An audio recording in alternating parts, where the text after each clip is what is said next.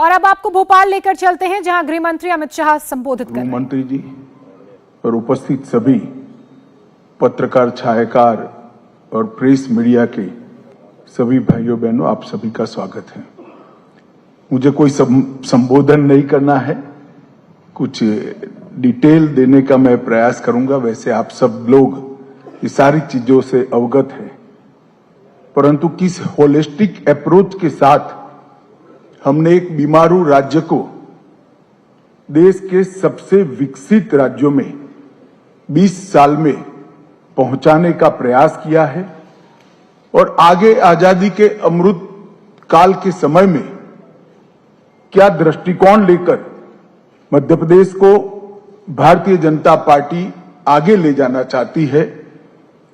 मोदी जी ने देश के मध्य भाग, उत्तरी छोर और पूर्वी क्षेत्र को विकास के थ्रस्ट एरिया के रूप में पहचान कर जो विशेष प्रयास किए हैं, इसकी भी बात मैं करना चाहूंगा।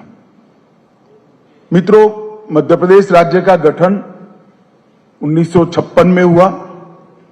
56 के पहले विंध्य प्रदेश, मध्य भारत और भोपाल स्टेट,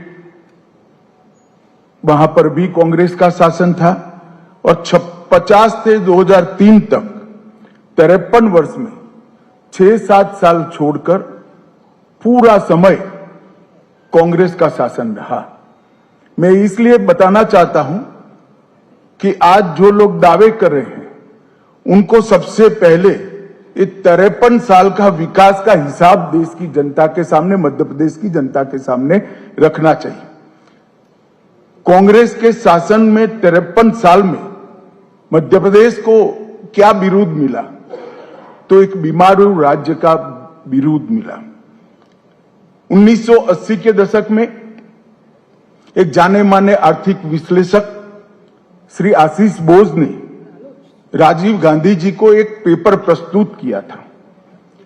उन्होंने इसमें बीमारू शब्द का प्रयोग किया था, और बीमारू शब्द का प्रयोग किया था उस उद्देश्य से किया था कि पूरे देश की ग्रोथ रेट को, विकास दर को अगर कोई 4 राज्य नीचे ला रहे हैं तो ये बीमारू राज्य ला रहे हैं। और बीमारू राज्य का शब्द प्रयोग 4 राज्यों के पहले अक्षर से लिया गया था। बिहार, संयुक्त मध्य प्रदेश जो आज का मध्य प्रदेश और छत्तीसगढ़ है, राजस्थान और उत्तर प्रदेश। ये 4 राज्य देश की विकास दर की नीचे लाने के लिए जिम्मेदार है, ऐसा आशीष बोस जी ने एक पेपर के अंदर इसको रखा था।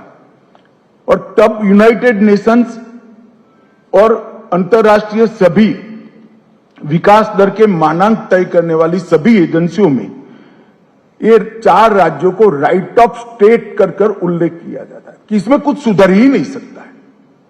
ये 4 राज्य राइट ऑफ स्टेट माने जाते हैं, और वो सभी सर्वेक्षणों ने भी ये बीमारू राज्य को भारत के ग्रोथ की बाधा के रूप में वर्णित किया गया। 2003 में श्रीमान बंटाधार की सरकार को हटाकर मध्य प्रदेश की जनता ने एक ऐतिहासिक निर्णय दिया। उमा भारती जी के नेतृत्व में भारतीय जनता पार्टी की सरकार बनी। उसके बाद उमा भारती जी, बाबूलाल जी, और 2005 से अब तक श्रीमान शिवराज सिंह जी के नेतृत्व में भारतीय जनता पार्टी ने ये बीमारू शब्द से मध्य प्रदेश को मुक्ति दिलाने का काम किया है। बीते 20 साल गरीबी से मुक्ति का सुवर्ण काल मध्य प्रदेश में साबित हुआ है, और आगामी 25 साल में संपूर्ण विकसित राज्य बनाने की नींव डालने का काम ये 20 साल के अंदर हुआ है। इसके साथ साथ आत्मनिर्भर मध्य प्रदेश बनाने की नींव डालने का भी काम हुआ है, चाहे स्वास्थ्य का क्षेत्र हो, औद्योगिक विकास हो, इरिगेशन का रकबा हो, कृषि विकास हो, युवाओं के लिए पढ़ाई लिखाई के सभी आयाम मध्य प्रदेश में ही उपलब्ध करने हो, अपनी स्वभाषा में मेडिकल और इंजीनियरिंग की पढ़ाई लिखाई करनी हो, हर दृष्टि से एक आत्मनिर्भर मध्य प्रदेश बनाने का एक नींव डालने का काम ये 20 साल में हुआ है। और मैं मध्य प्रदेश की 9 करोड़ की जनता को भरोसा दिलाने आया हूं कि आने वाले अमृत काल का समय मध्य प्रदेश को देश के सबसे विकसित राज्यों की श्रेणी में रखने के लिए और संपूर्ण आत्मनिर्भर राज्य बनाने की दिशा में हम काम करेंगे। जो मध्य प्रदेश कभी बीमारू कहा जाता था, उसको अब बेमिसाल विकास का राज्य कहा जाता है। जो कभी बंटा धार माना जाता था, वो आज हर क्षेत्र में बुलंदियों पर खड़ा है। हर क्षेत्र को पिछड़ा माना जाता था, आज विकास के दृष्टि से हर पैरामीटर में मध्य प्रदेश आगे दिखाई पड़ता है। और कभी जिसको बर्बाद कर राइट ऑफ किया गया था, वो आज समृद्ध और खुशहाल राज्यों की श्रेणी में आया है। 20 साल में बिजली, पानी, सड़क, शिक्षा, स्वास्थ्य, अर्थव्यवस्था, सुशासन और कानून और व्यवस्था, ये सारे पैरामीटर्स के अंदर आमूल चूर परिवर्तन किया है। चाहे बुंदेलखंड हो या बघेलखंड, निमाड़ हो या मालवा, ग्वालियर चंबल हो या महाकौशल, भोपाल से लेकर प्रदेश की हर चौपाल तक खुशहाली और विकास को पहुंचाने का काम भारतीय जनता पार्टी की सरकार ने किया है। और इस 20 साल में 10 साल डबल इंजन की सरकार है। 2014 में मोदी जी की सरकार बनी और मोदी जी ने मध्य प्रदेश को काफी कुछ दिया है, मन खोल कर दिया है। और मध्य प्रदेश की जनता ने भी मोदी जी के हर पहल का जवाब झोलियां भर भर कर वोटें देकर, सीटें देकर निभाया है। 2014 में 29 में से 27 सीटें लोकसभा की भारतीय जनता पार्टी जीती। 29 में से हम 28 सीटें जीते। और मैं विश्वास के साथ कह रहा हूं, 1 सीट की कमी है। 2024 में भी वो 1 सीट की कमी भी मध्य प्रदेश की जनता हम पर कृपा कर पूरी कर देगी, इसका मुझे विश्वास है। मैं मध्य प्रदेश की जनता को कहने आया हूं कि अगला चुनाव है वो बंटाधार की ओर से विकसित मध्य प्रदेश बनाने का चुनाव है। बीमारू की ओर से सर्वोच्च स्थान पर बैठे हुए मध्य प्रदेश को बनाने का चुनाव है। और आगामी चुनाव गरीबी से संपूर्ण मुक्ति का चुनाव है। मोदी जी के नेतृत्व में यहां पर शिवराज जी ने जिस प्रकार से मोदी जी की हर योजना को नीचे पहुंचाया है, वो आने वाले समय में ये नींव पर हम एक बहुत बड़ी इमारत खड़ी करने जा रहे हैं। इसलिए मध्य प्रदेश की 9 करोड़ की जनता की आशीर्वाद की हम कामना करते हैं। मोदी जी के समय में 60 करोड़ से ज्यादा गरीबों का, भारतीयों का जीवन स्तर उठाने का काम हुआ है। 14 करोड़ लोग यानी 10 करोड़ भारतीय गरीबी रेखा से ऊपर आ चुके हैं।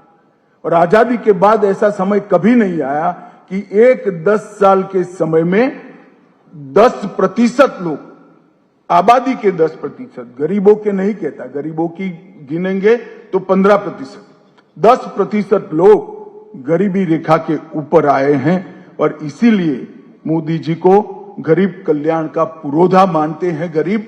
और इसका मैक्सिमम फायदा जो 2-3 राज्यों को मिला है, उसमें से एक हमारा 9 करोड़ की आबादी वाला मध्य प्रदेश है। और उन्होंने हर क्षेत्र में प्रगति की है।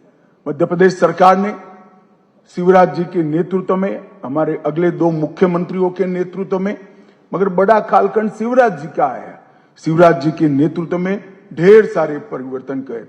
और मैं मानता हूं और मैं चाहता हूं कि दाए बाए भड़काए बगैर श्रीमान बंटाधार और कमलनाथ जी इन चीजों का स्पेसिफिक जवाब दें कि 2002 में आपने बजट का कुल आकार 23,100 करोड़ पर छोड़ा था, हमने इसको 3,14,000 करोड़ पर पहुंचाया है। और ये वृद्धि का दर समग्र देश में दूसरे नंबर पर है।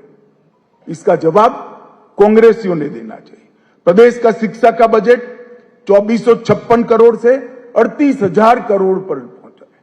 जिस प्रदेश की सरकार बजट में शिक्षा पर उचित भार न रखे, वो नए प्रदेश का निर्माण, विकसित प्रदेश का निर्माण नहीं कर सकती। भारतीय जनता पार्टी की सरकारों ने इस चीज को पहचान कर इसको अमल में लाए हैं। स्वास्थ्य का बजट लगभग 580 करोड़ था, आज 16,000 करोड़ पर स्वास्थ्य का बजट करा है और मोदी जी की प्रधानमंत्री आयुष्मान भारत योजना इसके अंदर नहीं है। सर्व शिक्षा अभियान का बजट जो प्राथमिक शिक्षा को इंगित करता है 844 करोड़ से 7,000 करोड़, लगभग 6650 करोड़, और मध्याह्न भोजन को गिन ले तो 7,000 करोड़ को क्रॉस किया है। एससी, एसटी और ओबीसी का बजट बंटाधार जब छोड़कर गए तब केवल और केवल 1,056 करोड़ था। और मैं चाहूंगा कि श्रीमान बंटाधार और कमलनाथ जी इसका जवाब दें। एससी, एसटी और ओबीसी मिलकर बहुत बड़ी जनसंख्या मध्य प्रदेश की आबादी की होती है। आप सिर्फ 1,056 करोड़ खर्च करते थे। भारतीय जनता पार्टी की सरकारों ने 1,056 करोड़ से बढ़ाकर 64,390 करोड़ तक इसको पहुंचा है। प्रति व्यक्ति आय जो राज्य के सर्वांगीण विकास के लिए द्योतक होती है, आप 11,700 रुपया छोड़कर गए थे। भारतीय जनता पार्टी ने 11,700 रुपये से बढ़ाकर मध्य प्रदेश की प्रति व्यक्ति आय को 1,40,000 रुपया करने का काम किया है। मैं मित्रों शिवराज जी को यहां पर बहुत मन से साधुवाद देना चाहता हूं। 11,700 से 1,40,000 तक प्रति व्यक्ति आय पहुंचाना सारे पैमानों का रिकॉर्ड तोड़ने वाला विकास है। मोदी जी और शिवराज जी की जोड़ी ने मध्य प्रदेश को यहां तक पहुंचा है। एमएसएमई जो रोजगारी के लिए महत्वपूर्ण है, सालाना रजिस्ट्रेशन उस वक्त 4,297 उद्योगों का होता था और अब 3,61,545 उद्योगों का रजिस्ट्रेशन होता है। सड़क निर्माण, पहले तो सड़क जो निर्मित हुई थी वो भी सड़क में गड्ढा था या गड्ढे में सड़क थी मालूम नहीं पड़ता। मैं कई बार दाहोद के रास्ते से महाकाल के दर्शन करने आया था, गहरी नींद में दाहोद तक सोते थे। जैसे ही एमपी शुरू होता था गाड़ी गड्ढे में गिरते ही नींद उड़ जाती थी। मगर ऐसी भी 60,000 किलोमीटर सड़कें थी, इसकी जगह अब 5,10,000 किलोमीटर सड़कें ग्रामीण सड़कों को मिलाकर यहां बनाई दी गई है। 8 गुना से ज्यादा सड़कों का निर्माण हुआ है। राष्ट्रीय राजमार्ग 4800 किलोमीटर से बढ़कर 13,000 किलोमीटर हुआ है, करीब 3 गुना बढ़ा है। कृषि विकास दर 6.5 गुना बढ़ी है। एमएसपी पर गेहूं की खरीदी, जो लोग एमएसपी के लिए चिल्लाते हैं, और अभी तो मुझे आश्चर्य है जिन्होंने कभी भी हाथ में हल नहीं पकड़ा, वो कमलनाथ जी एमएसपी की बात कर रहे थे। मैं कमलनाथ जी को बताना चाहता हूं कि एमएसपी पर गेहूं की खरीदी जब बंटाधार छोड़कर गए तब 4,38,000 टन थी। सिर्फ गेहूं की खरीदी में कहता हूं 4,38,000 टन। आज वो 70,96,000 मैट्रिक टन पहुंची है। क्या गुमराह करे आप किसानों को। धान की खरीदी 0.95 लाख मतलब 95,000 मैट्रिक टन थी और आज धान की खरीदी 46,30,000 मैट्रिक टन तक पहुंची है। इसका जवाब बंटाधार और कमलनाथ की जोड़ी ने देना चाहिए। राशन के लाभार्थी परिवार अब 52 लाख छोड़कर गए थे। राशन आपके चट्टे बट्टे ही खा जाते थे, मगर अब थंब इंप्रेशन के साथ पारदर्शिता से राशन 52 लाख की जगह 1,25,00,000 परिवारों को राशन पहुंच रहा है। मेडिकल की सीटें अब 620 छोड़कर गए थे, अब 4,000 से ज्यादा बन चुकी है।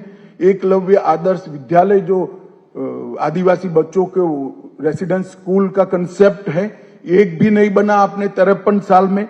हमारे समय में 63 बन चुके हैं। आईआईटी की संख्या 159 छोड़कर गए थे, आज 1,014 है और पर्यटकों की संख्या क्योंकि रोड भी अच्छे हुए, पर्यटन स्थानों का भी विकास हुआ है। 64 लाख तक थी, अब ये 9 करोड़ को क्रॉस कर गई है। मैं स्पष्टता से आज कांग्रेस के नेताओं का आह्वान करना चाहता हूं, इधर उधर गलत आरोप मढ़कर मध्य प्रदेश की जनता को गुमराह करने की जगह ये हमारे रिपोर्ट कार्ड का आप जवाब दीजिए, और हिम्मत है तो आपके 50 साल का रिपोर्ट कार्ड लेकर आइए। भारतीय जनता पार्टी ने सार्वजनिक जीवन में एक परंपरा खड़ी करी। हमने राजनीति के अंदर जवाबदेही की परंपरा तय की। जहां जहां हमारी सरकार है, 5 साल के बाद चुनाव में जाते हैं तो हमने क्या करा है इसका हिसाब लेकर जाते हैं। तो मध्य प्रदेश सरकार ने तो ठीक किया ही। कांग्रेस के लोगों को मैं पूछना चाहता हूं कि आपने मध्य प्रदेश को कितना अन्याय किया, इसका भी हिसाब दीजिए आप। मध्य प्रदेश में सालों तक ऊपर भी कांग्रेस की सरकारें रही, नीचे भी कांग्रेस की सरकार रही, क्या दिया मध्य प्रदेश को? आंकड़े देकर 9 करोड़ की जनता के सामने आइए आप नहीं आएंगे मुझे मालूम है, इसलिए मैं आंकड़े देना चाहता हूं। मित्रों, 2004 से 14 में बहुत पीछे नहीं जाना चाहता। जब सोनिया मनमोहन सरकार थी, 10 साल मध्य प्रदेश में उनकी सरकार चली, मध्य प्रदेश को 1,98,000 करोड़ रुपया दिया, सिर्फ 1,98,000 करोड़ रुपया 10 साल में। और मोदी जी की सरकार 9 साल 2014 से 23 का 8,33,000 करोड़ रुपया मोदी जी ने देने का काम मध्य प्रदेश को दिया है। और मैं तो ये डेवोल्यूशन फंड और ग्रांट इन एड की ही बात करता हूं। विकास की अनेक परियोजनाएं जो आई हैं, जो और लाखों करोड़ का हिसाब है, हर गरीब के घर में लाभ पहुंचे हैं, जिसका हिसाब भी लाखों करोड़ का होने जा रहे हैं, इसकी बात नहीं करता। मैं डिवोल्यूशन फंड और ग्रांट इन एड की ही बात कर रहा हूं। और मेरा फिर से एक बार आग्रह है, और पत्रकार मित्रों से भी आग्रह है, हमसे जो नाराजगी हो, मगर एक सवाल तो बंटाधार और कमलनाथ को पूछने का बनता है कि भाई इसका रिपोर्ट कार्ड जरा आप पेश करिए, आपका हिसाब पेश करिए। मित्रों, किसान सम्मान निधि 91 लाख किसानों को फायदा मिलता है, 19,000 करोड़ का फायदा अब तक पहुंच चुका है। ये मोदी जी ने जो सारी योजनाएं बनाई है, नीचे तक डबल इंजन की सरकार ने पहुंचाई, और मोदी जी ने भी योजनाएं बनाने में भी कमी नहीं छोड़ी, और योजनाओं के ऊपर किसी भी प्रकार की कटौती नहीं रखी, लक्ष्यांक नहीं रखा है। संपूर्ण सैचुरेशन ही मोदी सरकार का लक्ष्यांक है। पहले क्या आता था, टुकड़े टुकड़ों में विकास होता था। भाई 25,000 शौचालय बनाने हैं, अब आता है कि हर घर में शौचालय होना चाहिए। 10,000 घरों में बिजली पहुंचानी है, अब मोदी जी कहते हैं हर घर में बिजली होनी चाहिए। हर गरीब को घर मिलना चाहिए, हर गरीब के घर में पीने का पानी मिलना चाहिए, हर गरीब के घर में गैस का सिलेंडर पहुंचना चाहिए। संपूर्ण सैचुरेशन की दिशा में गरीब कल्याण का कंसेप्ट स्वतंत्र भारत में अगर किसी ने किया है तो हमारे प्रधानमंत्री नरेंद्र मोदी जी ने किया है, और इसीलिए मोदी जी को बार बार जनादेश प्राप्त होता है। फसल बीमा 25,000 करोड़ का फायदा मिला है। जल जीवन मिशन 1.2 करोड़ घर और 60 लाख कनेक्शन अब तक पहुंच चुके हैं।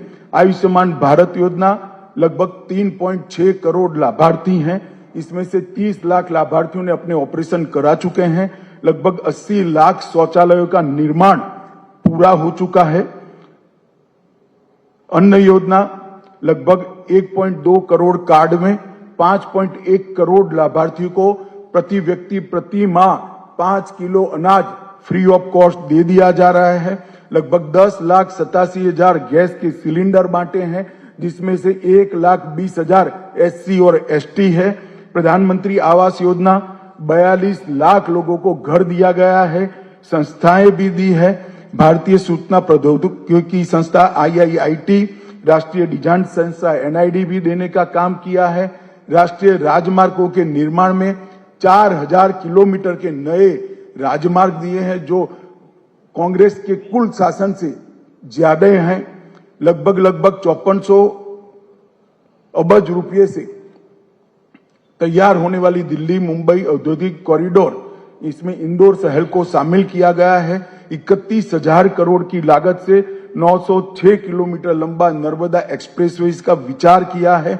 5,000 करोड़ की लागत से 300 किलोमीटर की भारत माला परियोजना को हम आगे लेकर आए हैं और 5 वित्तीय वर्षों में, सिर्फ 5 वित्तीय वर्षों में हमने 72,000 किलोमीटर सड़कों की लंबाई को बढ़ाने का काम। मित्रों, ये जो विकास के पैरामीटर्स है उसका जवाब मध्य प्रदेश की 9 करोड़ की जनता ने श्रीमान बंटाधार और कमलनाथ के सामने मांगा। इधर इधर की बात मत करिए भाई। मध्य प्रदेश का काफिला क्यों लूटा था, इसका जवाब दीजिए। और आपके समय में लूटा है। रेलवे में 12,000 करोड़ रुपया की लागत से 11 कॉरिडोर और कई सारे 35 से ज्यादा रेलवे स्टेशनों की विकास की बात की है। 3 एयरपोर्ट, ग्वालियर हवाई अड्डा 500 करोड़ की लागत से, रीवा हवाई अड्डा 2023 तक चालू हो जाएगा अंत के पहले, और 412 करोड़ की लागत से जबलपुर के हवाई अड्डे का भी टर्मिनल बन रहा है। लगभग 4190 करोड़ से ग्रीनफील्ड एसईजेड पीथमपुर में लगाया जा रहा है। 3,000 करोड़ से 600 मेगावाट ऊर्जा उत्पादन वाला सबसे बड़ा सौर ऊर्जा प्लांट खंडवा में स्थापित होगा। 2400 करोड़ से पूरे देश को गौरव हो ऐसा आदि शंकर का अद्वैत स्मारक बनाने का काम भी हमारी सरकार ने किया है। ओंकारेश्वर खरगोन में अंतर्राष्ट्रीय अद्वैत वेदांत संस्थान की भी निर्मित हम कर रहे हैं। 3900 में से 2639 लक्ष्य है, उसमें से 2648 अमृत सरोवर बना दिए गए हैं। बस 204 एकड़ भूमि में आईटी प्रदेश मध्य प्रदेश में दूसरा बनाया जा रहा है और अंतर्राष्ट्रीय क्रिकेट स्टेडियम भी ग्वालियर में बन रहा है। मध्य प्रदेश की 20 साल की उपलब्धियों को देखें तो विकास दर 16% से अधिक हुई है। प्रति व्यक्ति आय 1,40,000 रुपये से ऊपर पहुंची है। सड़क नेटवर्क 5 लाख किलोमीटर से ऊपर पहुंचा है। ऊर्जा क्षमता 29,000 मेगावाट से आगे पहुंच गई है। सिंचाई क्षमता में विशेष अभिनंदन शिवराज जी का करना चाहता हूं। सिंचाई का जो जाला उन्होंने बुना है करोड़ों गरीब किसानों के लिए आशीर्वाद है। सिंचाई क्षमता 47 लाख हेक्टेयर तक पहुंची है। 46 लाख बेटियों को लाडली लक्ष्मी योजना से फायदा मिला है। 53 लाख से अधिक महिलाओं को स्व सहायता समूहों से हमने फायदा पहुंचाया है। उज्जैन में महाकाल महालोक का निर्माण किया है। ओंकारेश्वर में, जैसे मैंने आगे बताया, एकात्म धाम बनाया है। भोपाल और इंदौर में मेट्रो रेल को सफलता से रोल आउट किया है। मेडिकल कॉलेजों की संख्या 24 तक पहुंच चुकी है। इंजीनियरिंग, पॉलिटेक्निक और मेडिकल की पढ़ाई लिखाई हिंदी भाषा में शुरू कर गरीब बच्चों के लिए एक लघुता ग्रंथि के निवारण का एक बहुत बड़ा माध्यम हमारी सरकार ने बनाया है। ट्राइबल के लिए पेशा कानून को हमने प्रस्तावित करने की देश भर में दूसरा ही राज्य है जहां शुरुआत हुई है।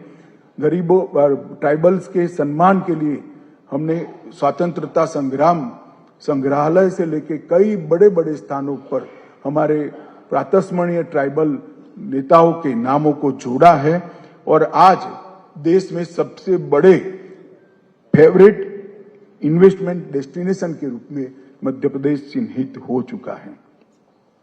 मित्रों, बीच में 15 महीने कांग्रेस की सरकार भी रही। एक प्रकार से मध्य प्रदेश की 9 करोड़ की जनता के लिए एक 15 महीने का कांग्रेस का शासन तुलनात्मक अभ्यास के लिए, कंपैरेटिव स्टडी के लिए उपलब्ध है। क्या किया इन्होंने 15 महीने?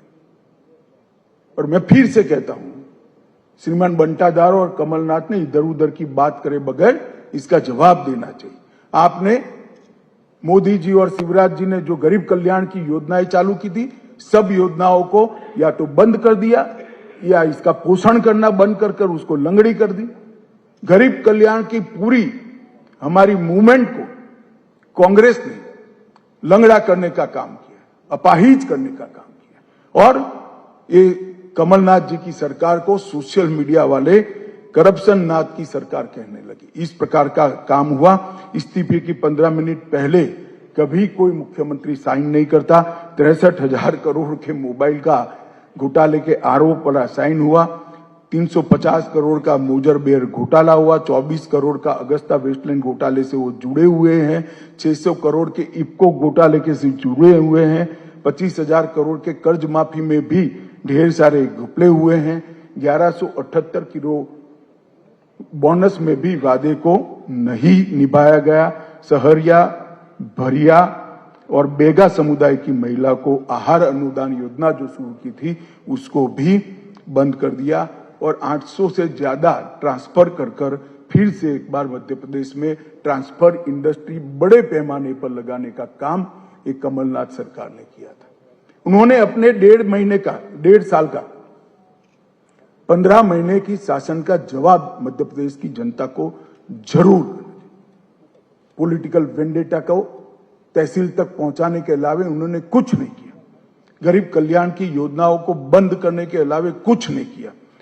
मित्रों, आपके माध्यम से मैं मध्य प्रदेश की 9 करोड़ की जनता को ये कहने आया हूं, मोदी जी ने एक आत्मनिर्भर भारत के निर्माण का, संपूर्ण विकसित भारत के निर्माण का बीड़ा उठाया है। देश भर में आमूलचूल परिवर्तन हुआ है। देश की अर्थव्यवस्था 11वें नंबर पर थी, अब 5वें नंबर पर पहुंच चुकी है। लगभग 14 करोड़ लोग गरीबी की रेखा से ऊपर उठकर आ गए हैं। क्लाइमेट चेंज के क्षेत्र में आज भारत विश्व का नेतृत्व कर रहा है। जीरो टॉलरेंस टुवर्ड्स टेररिज्म के क्षेत्र में भी भारत विश्व का नेतृत्व कर रहा है और ग्लोबल नैरेटिव सेट कर रहा है। G20 भारत की संस्कृति, भारत के विकास और भारत के भविष्य को दुनिया भर में पहुंचाने वाला एक बड़ा जरिया बना है। पहली G20 समिट है। कांग्रेस के कई नेता कहते कि कई देशों में G20 समिट हुई, मगर ये पहली समिट है जिसमें सभी प्रदेशों को मौका मिला है। कांग्रेस के प्रदेश हैं, शासित प्रदेश है, उनको भी मिला है और 59 स्थानों पर विश्व भर के नेताओं को पहुंचाने का काम किया है। हमारी विविधता वाली संस्कृति, कई भाषाएं, हमारी भूषाएं, हमारे व्यंजन और हमारी विकास की गाथा का सबसे बड़ा संदेश अगर किसी एक घटना से गया है तो G20 से गया है।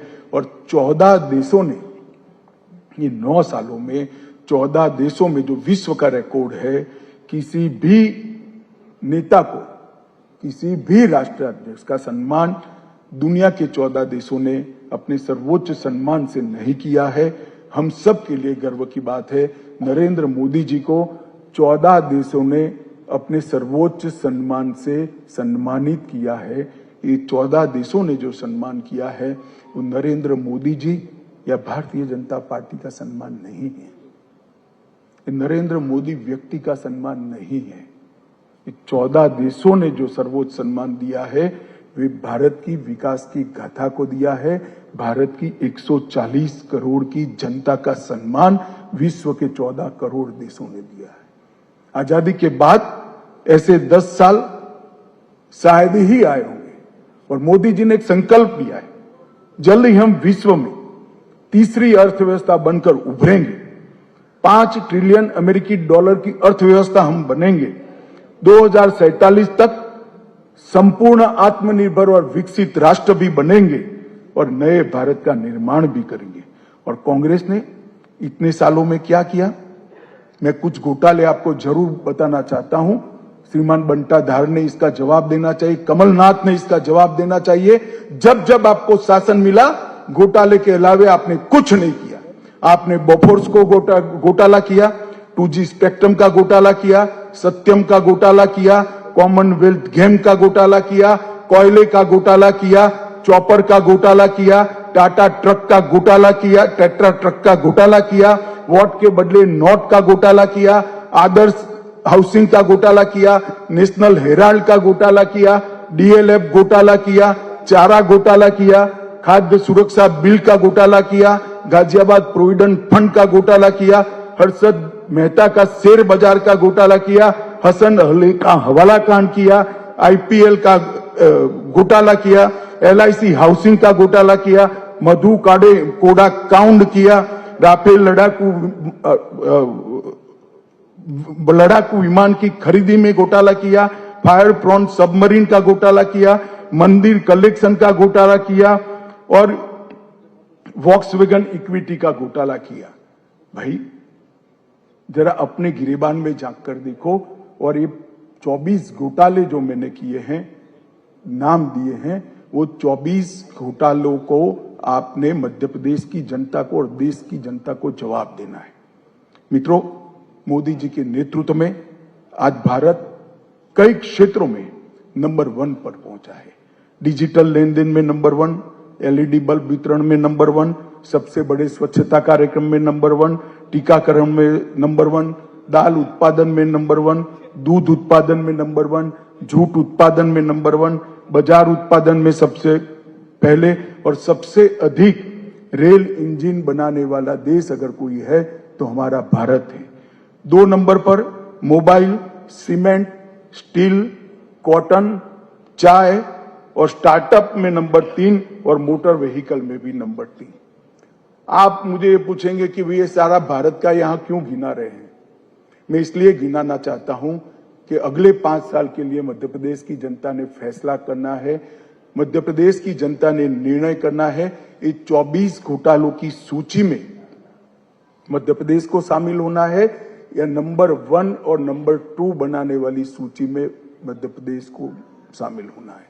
अगर घोटालों की सूची में शामिल होना है तो दिन की प्रतिष्ठा ऐसे 2 नेता है ही है, श्रीमान बंटाधार और श्री कमलनाथ, और भारत को विकसित बनाने की सूची में अगर शामिल होना है, नंबर 1 और 2 की सूची में शामिल होना है, तो मोदी जी के नेतृत्व में यहां पर भारतीय जनता पार्टी की सरकार बनानी पड़ेगी और 20 साल से गरीब कल्याण का जो हमने यज्ञ शुरू किया है उसको और गति देने की पड़ेगी। आप सबके माध्यम से मैं 9 करोड़ की मध्य प्रदेश की आबादी से, जनता जनार्दन से आशीर्वाद की अपेक्षा करता हूं। आपने हमेशा श्रीमान कुशाभाऊ के समय से हमें हमेशा आशीर्वाद दिया है। मध्य प्रदेश भारतीय जनता पार्टी के सबसे मजबूत संगठनों में से एक संगठन वाला प्रदेश है। यहां पर गांव तक, कस्बे तक हमारा संगठन फैला हुआ है, बूथ के मतदाता सूची के पन्ने तक हमारा संगठन फैला हुआ है। ये भी आपके आशीर्वाद के बगैर, जनता के आशीर्वाद के बगैर संभव नहीं है। आज मैं एक सदस्यता अभियान भी लॉन्च करने वाला हूं ग्वालियर में। इस प्रेस वार्ता के माध्यम से मैं मध्य प्रदेश की जनता को कहना चाहता हूं कि आप सभी इस सदस्यता अभियान से जुड़िए, गरीब कल्याण की यात्रा से जुड़िए, मध्य प्रदेश को विकसित मध्य प्रदेश बनाने की यात्रा से जुड़िए और मध्य प्रदेश को आत्मनिर्भर मध्य प्रदेश बनाने की यात्रा में जुड़िए और मोदी जी की महान भारत की रचना की यात्रा में आप जुड़िए। यही मेरी मध्य प्रदेश की जनता से अभ्यर्थना है। धन्यवाद।